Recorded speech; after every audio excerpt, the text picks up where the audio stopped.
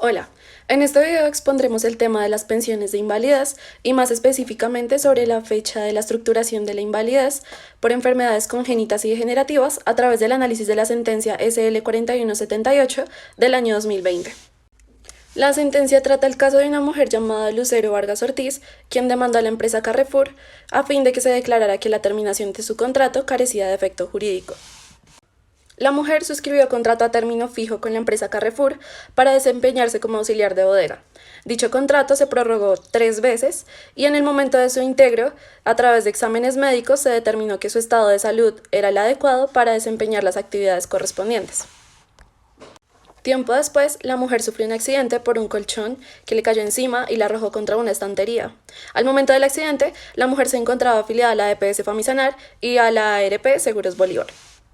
A través de revisión médica, a la mujer se le diagnosticó una discopatía asociada a hernias discales. La ARP Seguros Bolívar informó a Carrefour sobre la situación y ellos objetaron el origen de dicha patología. Sin embargo, se procedió a realizar el examen de pérdida de capacidad laboral y se reafirmó que la enfermedad de la mujer era de carácter profesional. Luego de los dictámenes médicos expedidos el 30 de mayo del año 2007, el 27 de julio del mismo año, la empresa Carrefour decide no prorrogar el contrato de la mujer, el cual tenía vigencia el 30 de agosto del mismo año. A la fecha de la demanda, la mujer aún presenta fuertes dolencias, se encuentra incapacitada laboralmente y adicional a esto ha tenido que sufragar con su propio dinero los gastos médicos y de atención. En subsidio del anterior, la mujer reclama su reubicación, la indemnización de 180 días de salario, la indemnización por despido sin justa causa, la sanción moratoria y la indemnización plena de perjuicios. En su defensa, la empresa Carrefour argumentó que la terminación del contrato se había dado por una expiración del plazo y que al momento del despido la mujer no presentaba ninguna limitación que estuviera certificada por el carnet de la EPS. En primera instancia, a través de fallo de 13 de mayo de 2013, el Juzgado 15 de Descongestión Laboral de Bogotá ordenó a Carrefour pagar la suma de 561.000 pesos a forma de sanción por pago inoportuno y prestaciones sociales y absolvió a la empresa de los demás cargos presentados en la pretensión. Sin embargo, luego del recurso de apelación presentado por la empresa, el mismo juzgado decidió revocar el fallo de primera instancia, pues consideró que para acreditar la protección reforzada era necesario que el carnet de seguridad social acreditara la incapacidad. Entonces, como la acreditación de la discapacidad de la mujer se dio en el año 2011, es decir, 5 años después de su despido, el juzgado consideró que esta no había sido la causante de su despido. Para hablar del desarrollo normativo de la pensión por invalidez en Colombia, debemos comenzar hablando de la Ley 90 de 1946.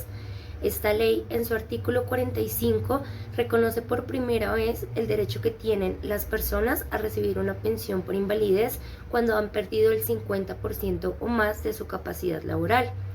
Esto con la condición de que estas personas hubieran cotizado las semanas necesarias previo al momento del accidente. Sin embargo, para el momento de la promulgación de la Ley 90 de 1946, aún no se habían establecido los cálculos del sistema pensional en Colombia. Es por esto que en dicha ley no se establece un número de semanas determinadas. Posterior a esto, se promulga el decreto 3041 de 1966. Este decreto le da cumplimiento a lo establecido por la Ley 90 de 1946, pues en su artículo 5 establece un número determinado de semanas para que las personas puedan aplicar a la pensión por invalidez. El mínimo de semanas que establece este decreto son 150 semanas durante los últimos 6 años previos a la invalidez. Sin embargo, obligatoriamente 75 de esas 150 semanas deben ser de los últimos 3 años previos a la invalidez. Bien, el decreto 232 de 1984 reajusta los requisitos de semanas y tiempo para las cotizaciones. Primero, 150 semanas de cotización a invalidez y segundo, 300 semanas de cotización en cualquier época. Esta última pues permite inferir de que cualquier época se puede interpretar por ejemplo, después de la estructuración de la invalidez. Esto fue corregido por el decreto 758 de 1990. Este especifica la obligatoriedad de que las 300 semanas se coticen con anterioridad a la estructuración de esta invalidez. Aquí se mantiene también pues la 150 semanas dentro de los 6 años anteriores. Esto se caería 3 años después. En 1993 se crea la Ley 100, del cual se crea por el Congreso el Sistema de Seguridad Social. Pues el artículo 31 de la Ley 100 fijaba la obtención de la pensión con dos modalidades. La primera si se cotizaba en el momento de la estructuración de la invalidez. Esto con tan solo tener 26 semanas cotizadas. Y la segunda opción es que si no se cotizaba en el momento de la estructuración, pues las 26 semanas debía ser en el año inmediatamente anterior. Lo que aconteció dado a la ley 100 y su cambio súbito en este régimen fue una tarea ardua por parte de la jurisprudencia de crear este régimen de transición inexistente ante la ley. ¿Por qué? Porque pues, veníamos de un régimen anterior de personas que ya habían cumplido con estos requisitos. Entonces, a quienes ya los hubieran cumplido con anterioridad a la derogatoria, pues las Cortes tenían que proteger. ¿Cómo se corrigió esto? El artículo 11 de la Ley 793 del 2003, la cual reforma varias disposiciones de esta Ley 100, expresa los nuevos requisitos que se deben tener en cuenta y hace distinción entre invalidez por enfermedad e invalidez por accidente. Por invalidez por enfermedad se requieren 50 semanas en los últimos 3 años. Además, una densidad de cotizaciones entre los 20 años y la fecha de la estructuración del 25%. Esto se le llama pues la fidelidad con el sistema. En el caso de invalidez por accidente, lo que se requieren son 50 semanas en los últimos 3 años. Respecto a la importancia de la sentencia en el ordenamiento jurídico para el ámbito de la seguridad social, hay que aclarar que al ser la Corte Suprema de Justicia un órgano de cierre legal, está totalmente facultada para expedir doctrina, jurisprudencia y en este caso un precedente que marque el camino para posibles siguientes decisiones. Y es que en este caso nos encontramos con el dilema de saber cuál es la condición más beneficiosa para el trabajador o de si existen algunas excepciones que puedan dar lugar a una distinta interpretación y aplicación de las fuentes legales, ya que la Corte en reiteradas ocasiones había señalado que para la pensión de invalidez iban a ser tenidas en cuenta solamente las semanas cotizadas antes de la fecha de estructuración, y es que para enfermedades congénitas, crónicas o degenerativas van a ser tenidas en cuenta no solamente la fecha de estructuración, sino también la calificación de este estado, el reconocimiento pensional y el momento en el que se entiende que la persona ya no puede seguir con sus actividades laborales por las enfermedades que tiene, por secuelas que hayan quedado de estas. Por lo que ahora se hace una nueva excepción y no solamente no solamente va a ser tenida la fecha de estructuración, sino también las semanas cotizadas posteriormente a esta fecha de estructuración. Y también en este caso en específico, la Corte nos dice que existió un problema del juzgador, ya que en este caso no iba a ser aplicada o no era aplicable la ley 3041, el decreto 3041 de 1966, sino la ley 100 de 1993, ya que era la que se correspondía más con los principios constitucionales de nuestro Estado Social de Derecho, según el artículo 21 del Estatuto del Código Sustantivo del Trabajo y el artículo 53 de la Constitución Política, los cuales expiden o explicitan la norma más beneficiosa o la situación más beneficiosa para el trabajador. Por lo que esta sentencia es un nuevo precedente para que sea posible la nueva posterioridad de las semanas cotizadas después de la fecha de estructuración de la pensión de invalidez. Al respecto me gustaría hacer un análisis también en términos de derecho comparado, trayendo a colación dos leyes, las leyes de dos países muy importantes y muy cercanos también, de Chile y de Argentina.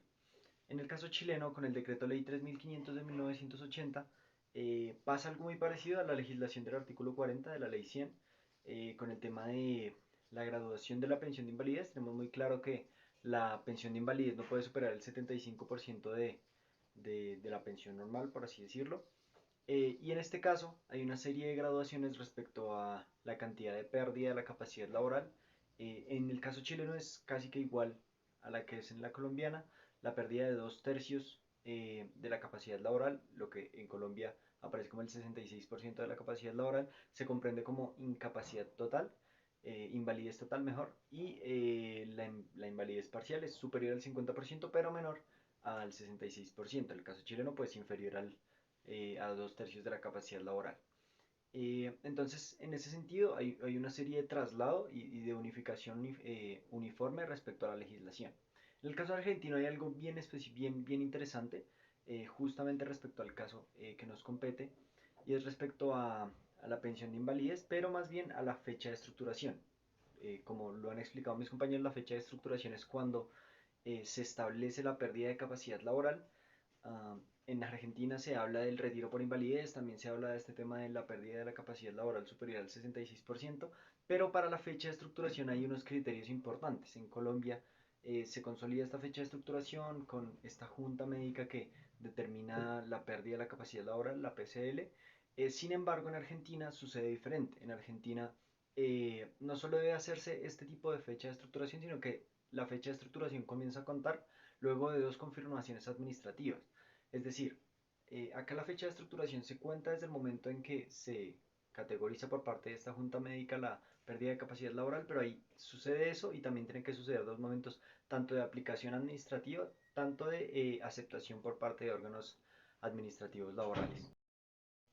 Retomando las ideas de mis compañeros, sí, se pueden derivar normas especiales y reglas especiales para determinar la pérdida de la capacidad laboral fuera de la fecha de estructuración de la misma, toda vez que se pueden presentar casos como secuelas en donde las afectaciones graves a la salud no se ven en el momento en el que se perpetra el daño a la salud, sino más bien con posterioridad sucede algún evento que perjudica la capacidad laboral de una manera más importante, o casos con patologías que por su propia naturaleza, congénita, degenerativa, crónica, implican un daño progresivo a la salud, es decir, que no se puede determinar en una única instancia o en un único momento cuáles son las afectaciones a la salud o cuál es el grado que le permite perder determinada capacidad laboral en términos de porcentaje. Todo esto para retomar la idea que mi compañero Kevin había dicho, de lo que la Corte en la sentencia SL 1002 del 2020 ha establecido, y es que ya no se tiene que tomar específicamente en estos casos la fecha de estructuración, sino también se pueden tener en cuenta otros momentos y otros criterios para estos casos especiales, como la calificación del estado de la salud, o por ejemplo, la que en algunos casos puede considerarse más beneficiosa, el día en el que se solicita el reconocimiento a la pensión de invalidez, toda vez que el diagnóstico, a pesar de que se ha hecho previamente, en ese momento puede que la afectación a la salud haya aumentado, o puede que en ese momento se haya requerido o se requiera el acceso al mínimo vital y a la pensión de invalidez para garantías de derechos humanos de una manera más especial. Concluimos nuestra presentación recordando nuevamente que la Corte ha dicho varias cuestiones al respecto de la pensión de invalidez, y es que siempre se debe pensar el sistema, tal como lo dice la Ley 100, de acuerdo a una garantía de derechos humanos y a unos criterios especiales que le permitan el acceso a todos y todas al sistema de seguridad social en su integridad, y también reconocer, por ejemplo en el caso de la invalidez, que la pérdida de la capacidad laboral no implica la incapacidad de realizar labores, es decir, que se puede reintegrar al mercado laboral, sin embargo, con distintas condiciones especiales y con unas ciertas garantías que el sistema de seguridad social le garantiza.